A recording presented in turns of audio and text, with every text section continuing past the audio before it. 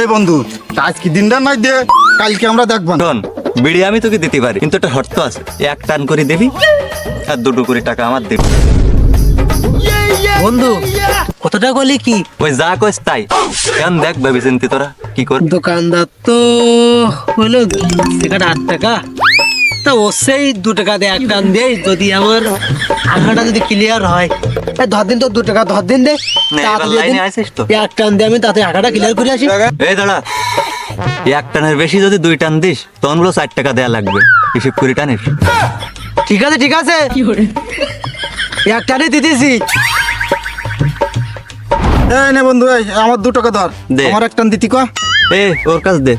এই তুই আরেক টান যদি দিতে চাস তার 2 টাকা বের কর। টাকা বের কর আগে। এক টানের বেশি দেয়া যাবে না। এসি বন্ধু, তুই আমার আর একটা টান দিতি দিলি নি। দিছাও 2 টাকা, তা কয় টান দো?